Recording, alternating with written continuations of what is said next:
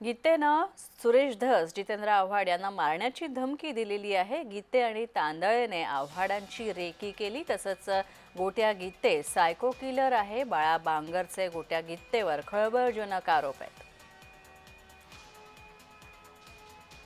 गोट्या गीते आणि एक तांदळे नावक युवक आहे.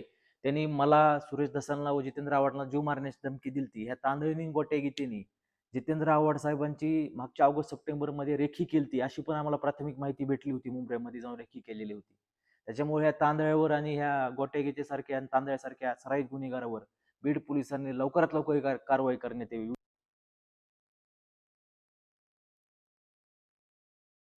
आपण पाहतोय गोट्या गीते हा सायको किलर आहे, असं बाळा बांगर यांचं म्हणणं आहे।